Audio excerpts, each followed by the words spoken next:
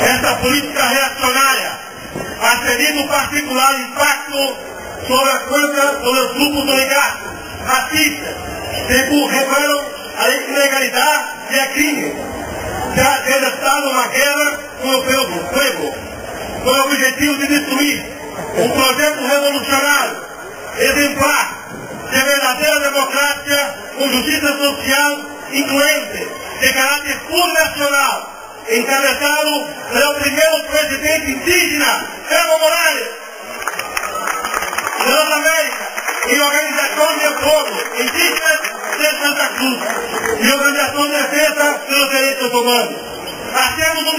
chamado a toda a comunidade internacional a condenar esses atos de racismo que atropelam a vida e a dignidade de nossos hermanos de Santa Cruz, de Tarija, de Beni, de Sucro e de Pando.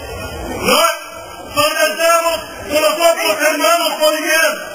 departamento de Pando, e apoiamos as medidas que o governo ha estabelecido através do estado de sítio, com medo de proteção e garantia da vida de dirigentes e campesinos e desse departamento, vítimas de massacres pelos terroristas.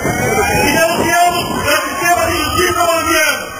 que impede o castigo dos criadores dos direitos humanos, e promove a impunidade. E cercelamos ao Senado boliviano e exigimos da aprovação da lei que reconhece o voto pelos bolivianos